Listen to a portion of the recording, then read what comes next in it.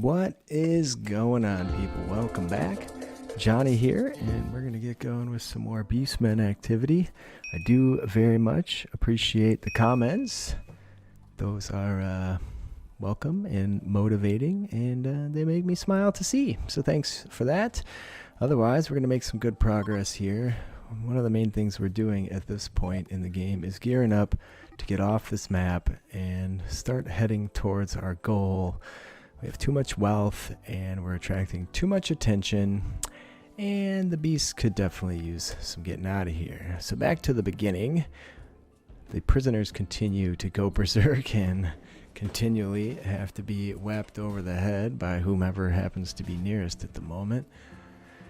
And it's really not a problem. We see Rogo beat up Alois in the prison cell, but it's not very scary when Vilgras shows up. Strike's going to shoot him with that gun, but I'm not sure it's such a good idea.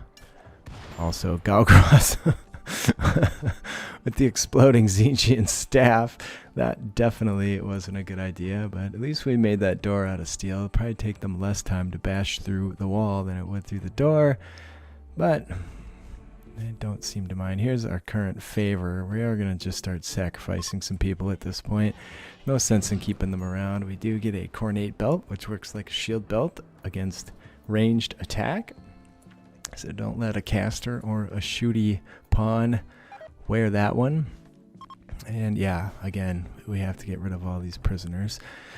So here we go. We'll just stay on top of it until they're all gone. And that's going to be that.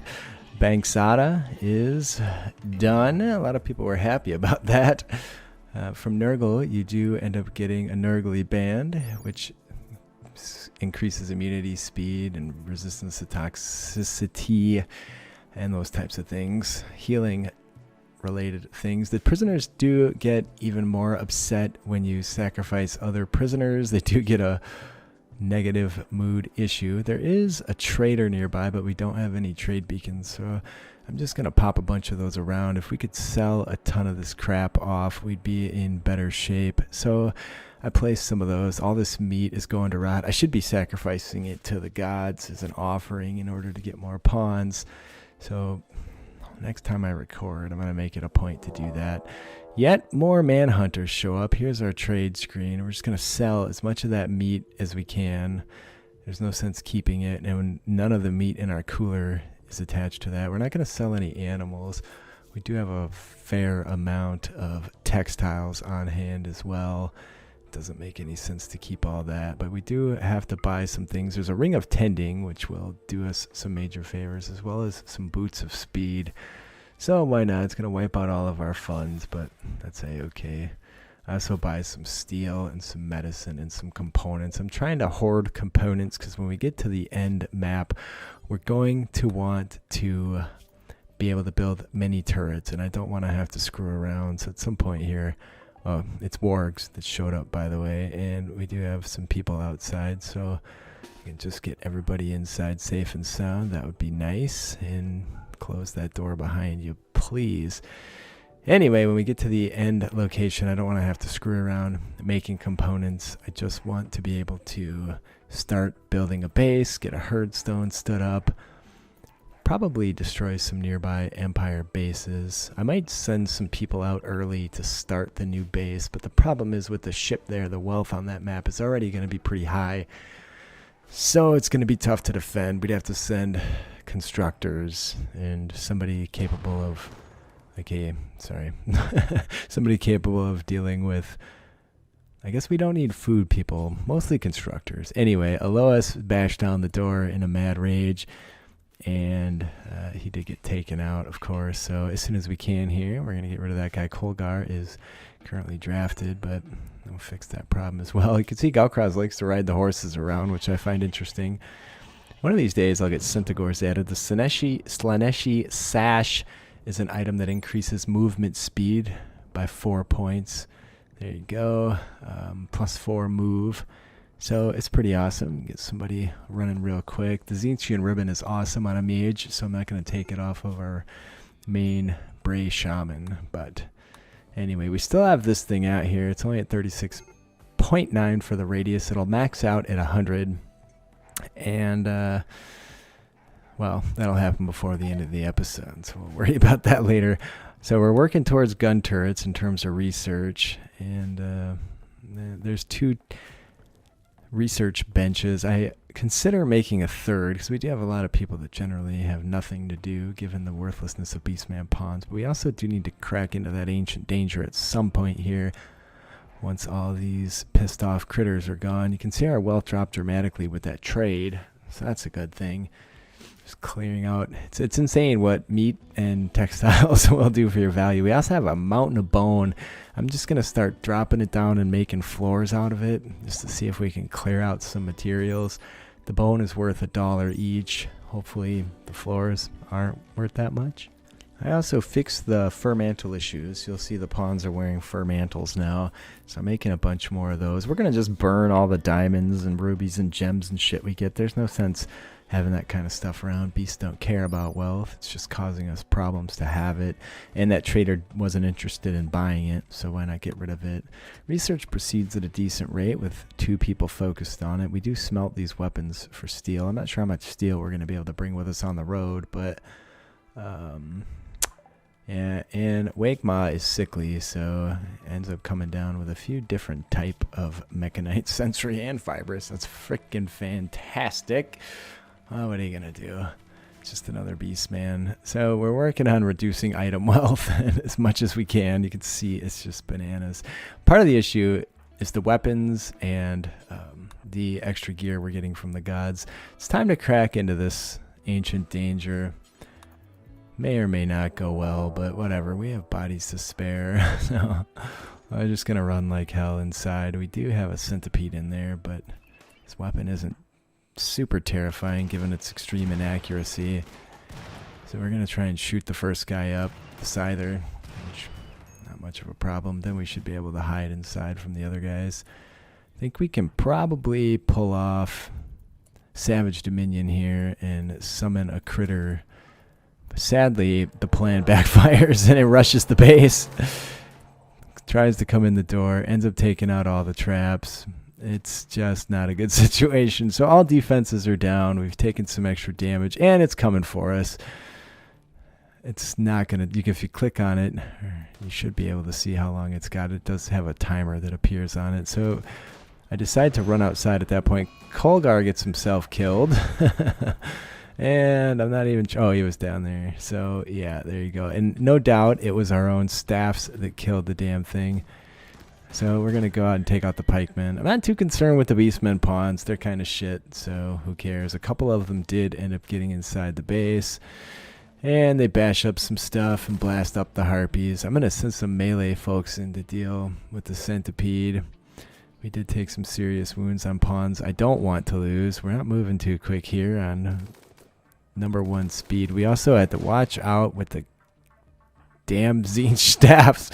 I think they do more damage in friendly fire than they do in terms of taking out the enemy. Bloodtongue was going to go in and attack, but he got caught on fire by our Zinch staff blast. This guy's got some mighty range down here in the south. The pikeman that's hiding from us. You can see he ranges to us way the hell over there. So I'm going to try and hide in between our tents for whatever it's worth. The centipede's taking a mighty beating, so that's good. I do need to let some pawns go get tended here before too long. This certainly could have gone better, I'll say that. Maybe Turtle's magic can bring people back later on. At least heal up their wounds so they don't expire. So we just need to get a hold of this guy with our shootiness, and he's going to hide behind our herdstone, sadly.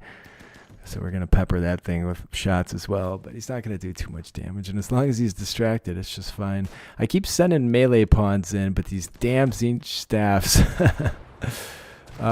do again. That was a Zinch staff that killed Buzzkeck.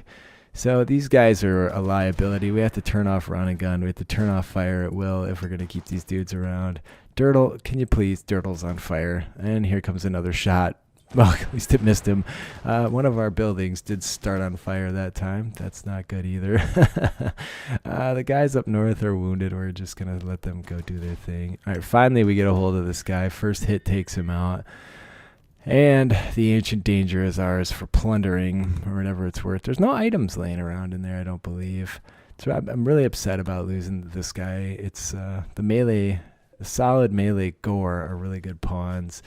So that's the way it goes, though. We do get an ancient chaos spawn that joins us at that point.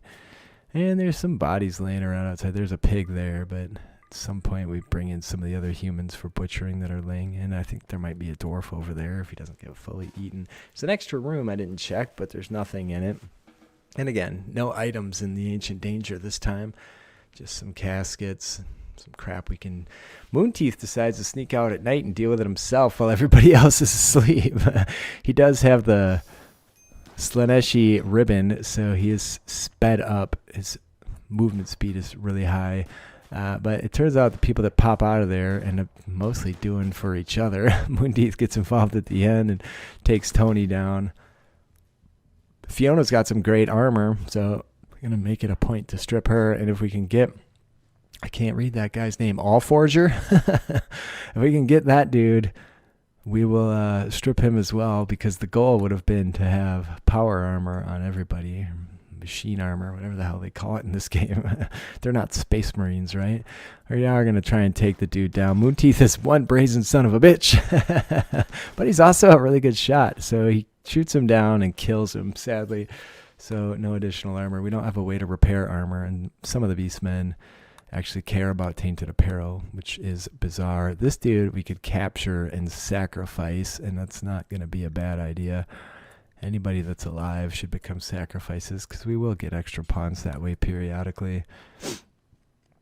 Perhaps not for sacrificing people, now that I think about it, but we do end up with Fiona and Tony locked up.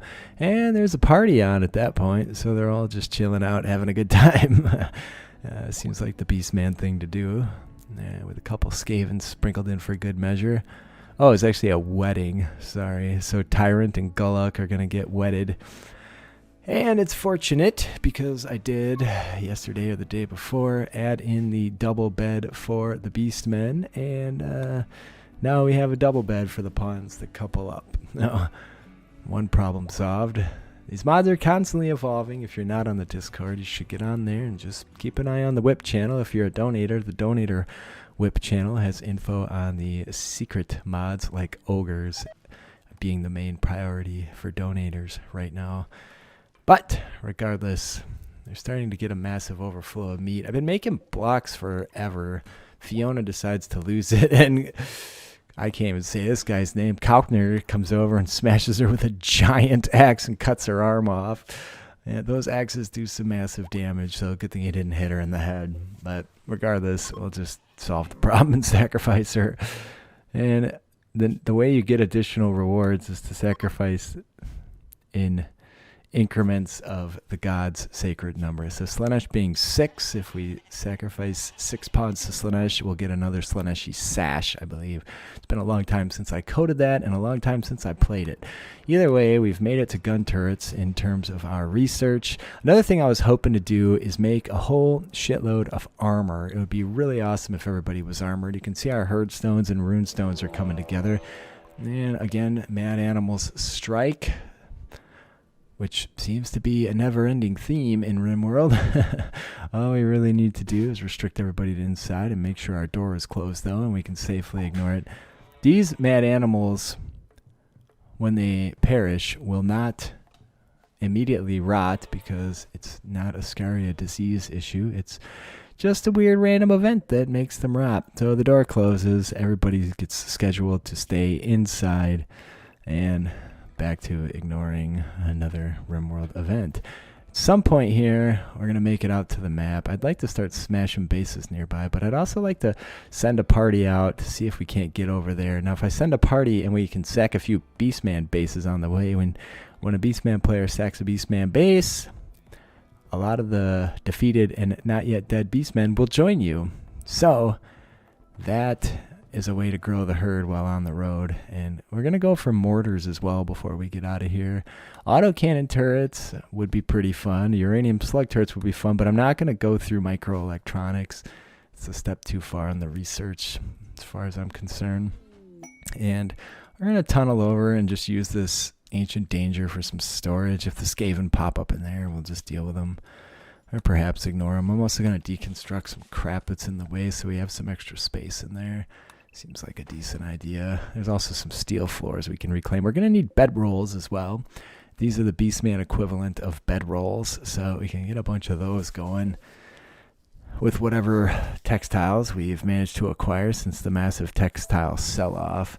So that's going to be one of the next priorities as well. I want way more bedrolls than we have pawns as well when we set out, because again, we're going to acquire additional pawns, and they're certainly going to be having mental breaks all along the way on the journey we're going to take, but I'm really hoping to get that herdstone surrounded by pretty awesome looking rune stones, mostly because I like the idea of having something cool and chaos beastman related going on, as well as all the futuristic crap. So there you go. But yeah, that's fun. Our chaos spawn is down due to a mad elk, and Zalkak here got attacked and injured as well by our own chaos spawn. So whatever. It's a never-ending problem. We don't really have the power to keep the skill to keep the animals as tame as we would like, nor probably do these pawns have the dedication, but it makes for interesting effects. We do have 2 mech groups that show up at that point. They take up residence in a few different locations, and these 2 groups combined are roughly equivalent to the pawns laying over by that ship defoliator piece. And if we don't have any problems with these guys, we shouldn't have any problems with those other guys. So this time I'm a little more careful with my casting to bring the Jabberslith in as an assist. I need to get that spell upgraded because the Jabberslith will be stronger and will last longer if you do that. Also, just going to set these dudes with the Zinch staffs up to shoot in one spot, and we'll try and avoid that spot. We know it does destroy bodies when you constantly start blasting them with fire, but that's okay. There's not much we need here. And again, it's difficult to get in. You have to wait for those dudes to shoot and then pounce with your melee folks. When I get Gulak in a defense bottom, I'm half tempted just to pull these guys out, but if we can control where they're shooting, it shouldn't be too big of a deal. We just need to not blow ourselves up anymore. I've lost too many pawns to friendly fire. I'm blaming it on Zinch and taking out pawns of the other Chaos Gods. Yeah, so these bodies that we've dropped down here, these robots, aren't going to be there very long if we keep dropping firebombs on top of them. Meanwhile, the Jabberslith has a bunch of dudes tied up there, but again, that spell doesn't last very long on the first level of its casting. So at some point here, we'll get that improved. And our Zinch staffers just start blasting. That's a very powerful thing to do. I really, really like what's going on there. So 3 of the pikemen went down to the Jabberslith, and the others are charging in. And there you go. Bodies are getting blown to bits. At least the plasteel is non-destroyable. So this guy decides to take cover and shoot at us. I do put a guy with a whip in the doorway, but the range on the whip isn't sufficient. So we're going to have to go get him. And with all these dudes shooting Zinch blasts, that's not what I'd like it to be. If you were playing non-beastmen, somebody non-cannibal, you could pretty easily use those staffs for a lot of powerful things like burning carcasses or security setup like I'm doing here. Take like a, I don't know, human Zinch sorcerer. Somebody has dropped. Oh yeah, one of the casters was wearing that Carnate belt, which he won't be able to cast spells if he's wearing that. So I made him take it off. I don't have any great options for whom to put that on because we've lost so many pawns in the melee category because they're the ones that charge in and get blown up by friendly fire. So something's gonna have to be done about that. Either way, you can see our rice is growing. We're gonna be making a mad amount of pemmican. Our other supplies are through the roof again. Bone, block, all that jazz. We're taming more horses. I think some pack animals would be fantastic, assuming they can get the job done. And the plants are starting to feel the effects of the defoliator, but it's almost maxed out. So I'm considering waking these guys up and taking them all out, but I don't think it's going to be necessary. It's not going to end up hitting the rice. It does just cut out a small corner of the heel root, and we have a ton of that growing in the south anyway. So whatever. If we lose half that plot, it's just going to have to be fine, right? So we're still working on rune stones, large, medium, and small to scatter around. I'm going to try and grow some cotton so we can get going on armor here. I think that's one of our main priorities too. If everybody was armored, at least the melee people, we wouldn't be taking this level of abuse all the time. So there you go. There's the double bed with our wedded couple of beastmen in there for whatever sense that makes. And rice coming in, that's a good sign. Makes me happy that we can finally make progress. I should be buying rice when we get space traders or whatever vegetables they have. That's the extent right there of where the defoliator is going to reach. It did max out at 100, but that is going to be it for today, people. I would appreciate it if you'd leave me a like, leave a comment. I do read them all. I do respond. Next time someone's hitting the damn road, we are going to start making some headway for over there with whatever constructors we can spare. And if we can send like 5 pawns, I think we'll be fine. Maybe the Doom Bull, some others. But either way, I love you guys, and I'll see you next time.